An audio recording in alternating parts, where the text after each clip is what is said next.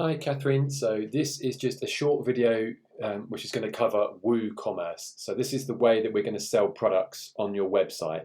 So as we discussed, this is separate to selling on Etsy and on eBay. This is literally just going to sell products for sale on the website, listing them there. So basically when you come back to your website now and you log into your WordPress website, you'll now find we have WooCommerce installed. There are no products at the moment, but if you click on products, it will basically bring you to this screen here. So I'm going to briefly go over this, and then obviously there's quite a bit to go through, similar to eBay and Etsy setups, but the basic principle is you come to the product section and you add a new product. So once you click that, that will bring you to a screen that looks like this. And obviously what you need to do is put in a product name. So as before, you want the product name to be quite descriptive. So if it's green curtains and you've got the measurements for the curtains, you'd put in there curtains, green, the measurements, and obviously if it's a brand name, you'd put that in as well. So a clear product name is a helpful thing to have in your store. You can then put your product description in. So much the same if you've watched my eBay and my Etsy videos, similar thing. Bullet points work well, things like the size, things like the material. If it's got a label and there's any information on the label, quite often people pop that in there as well. So then you put your description in. If you scroll down then, your various different sections come up here. I will only go over the basics of this, but basically you'd have your price. You can ignore the sale price. So if these were curtains and they were priced at £20, you just put £20 in there, and that's it. And if they were on sale, you can obviously use that as an option. For now, we will just ignore that.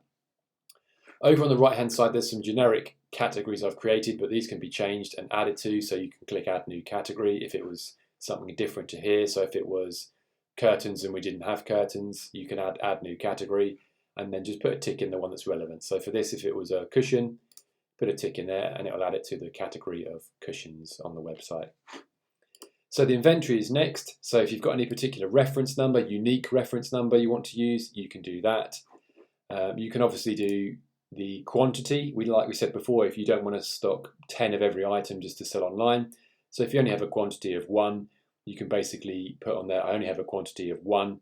And then the next setting is obviously you can then stop it being in stock. So if you sell that one on the website, then that's it. It won't display for sale. So you're effectively not selling items that you don't have anymore. So that's the inventory section. Next up, you have shipping. That can get quite complicated. The real tip for shipping at the moment, though, is if you know how much the product weighs, pop that in. If you know the length, the width, and the height, pop that in, because that will help later on. Shipping classes is a bit like eBay. You can do first class, second class, next day options, whatever it is that you choose to do.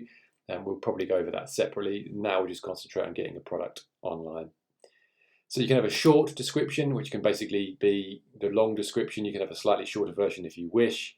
And again, the photos of each of these, you can add media and then drop the photographs of that particular item on. Same as before, if you photograph them in landscape and have good lighting, that will make a difference to how they display and look in the shop. So yeah, the best sort of way to do this is to upload one item just as a test to see how you get on. And obviously once you've done it once, you kind of know what you're doing from there on. And eventually you'll have a whole load of products on your product section. They'll all be stacked up in a list here of all the different products. You'll have an overview of the price, the stock levels, everything will be there in an overview so you can just check everything set up correctly.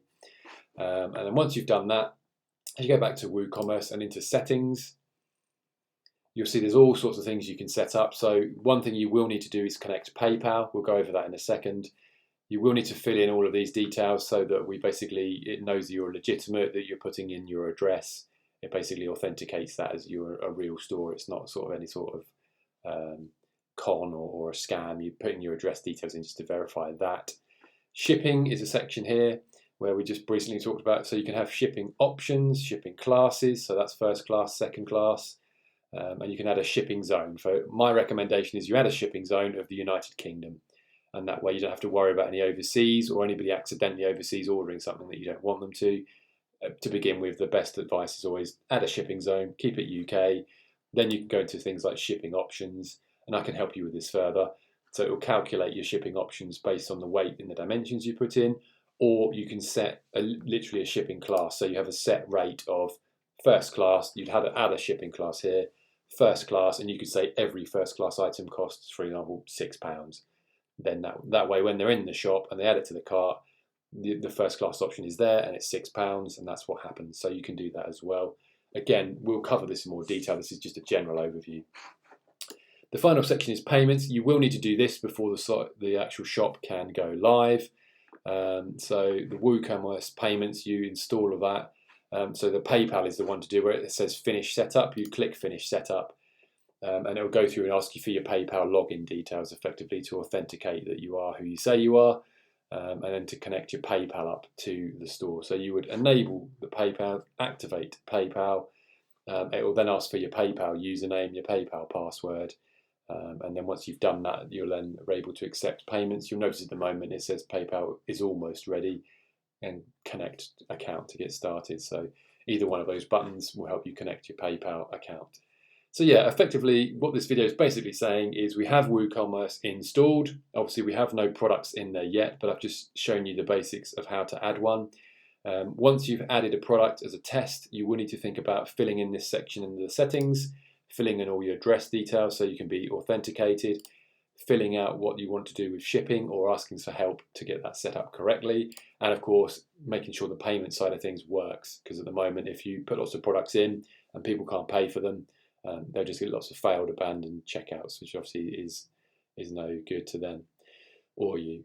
So the final thing is WooCommerce at the moment, there's nothing displayed on the website because we have no products. Once you have some products, I can then put those on the website live for you. So don't worry at the moment, nobody can buy anything. We're just effectively doing this behind the scenes on the back end of the site, as like basically the setup side of things. When we're ready to go and we're ready to launch, that's the point when we've got, I'd say we need a few products on there before we do that. We'll add a page to the website and display the products that we have in stock.